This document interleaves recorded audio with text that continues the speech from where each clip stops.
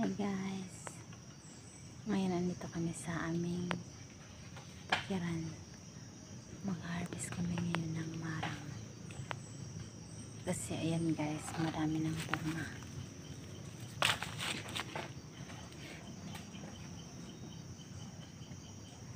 Ito yung marang na harvest namin ngayon. At ayan yan sa taas yung asawa ko, nag-harvest siya ng marang.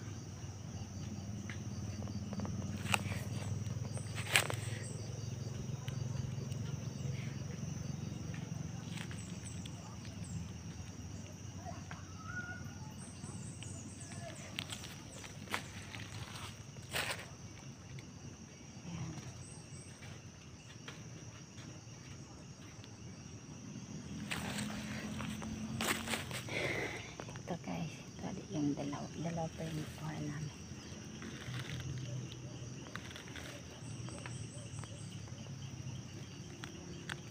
At hinog na yung dalawa, ready to eat na.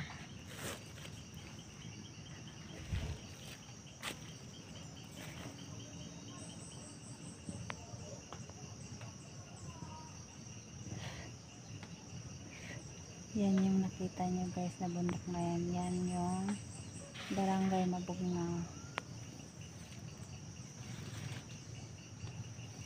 Oh, ito naman yung pangatlo.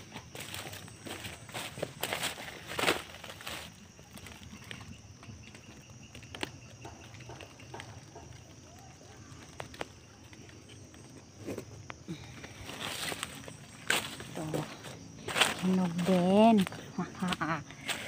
Tatlo na. Oh, pwede nang kainin.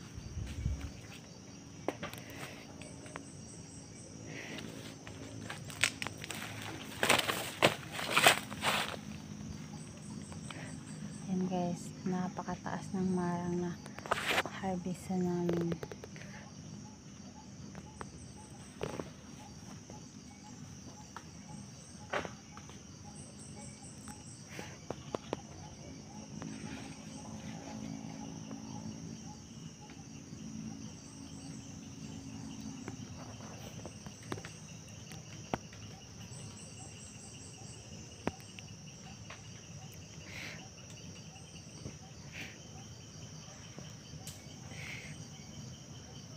Ang daming talbos ng sayote dito guys na pwedeng lutuin.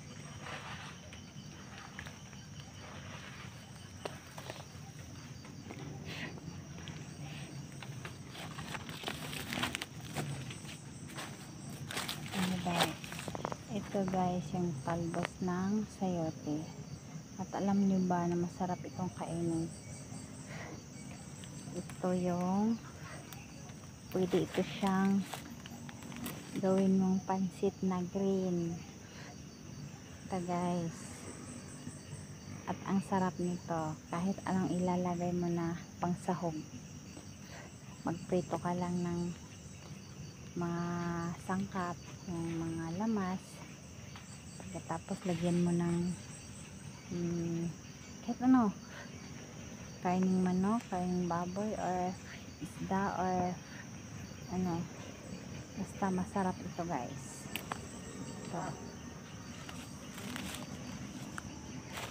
At wala pa itong ito na naman yung marang. Ang dami palang hinog. Okay, yan, 4 na guys yung nakuha naming marang at hinog lahat. Pwede na siyang kainin.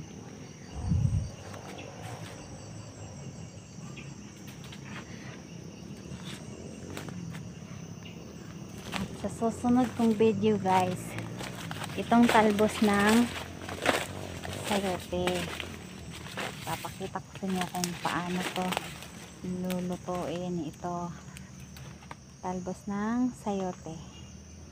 Yan guys, papakita ko sa inyo kung paano ito lulutuin. And then ito naman iba naman to.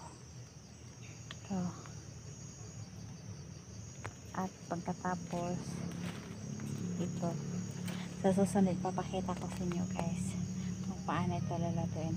At masarap to guys, pang ulam.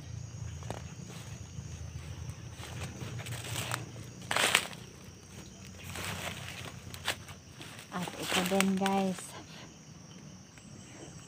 dahon ng balanghoy. Alam niyo guys, masarap din to. Masarap to siyang lutuin, lagyan ng gata.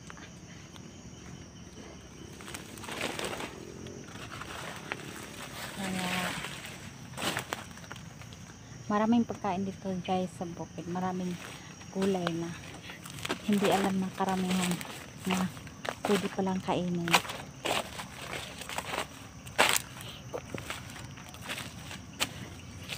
At syempre kami lang na taga rito sa bukid na nakatira, kami lang ang nakakaalam. Kayong taga syudad, kayong nakatira sa dyan sa sa syudad or sa mga talaga, kapag kayo nakapunta dito sa bukid, hindi nyo alam kung ano ang kakainin. Ang kaya nyo lang kainin yung alam nyo. Pero kaming taga rito sa bukid, alam na alam namin kung ano ang mga damo or kahoy na kailangan na pwedeng kainin. Kaya sa susunod kong video guys, abangan nyo. Bye!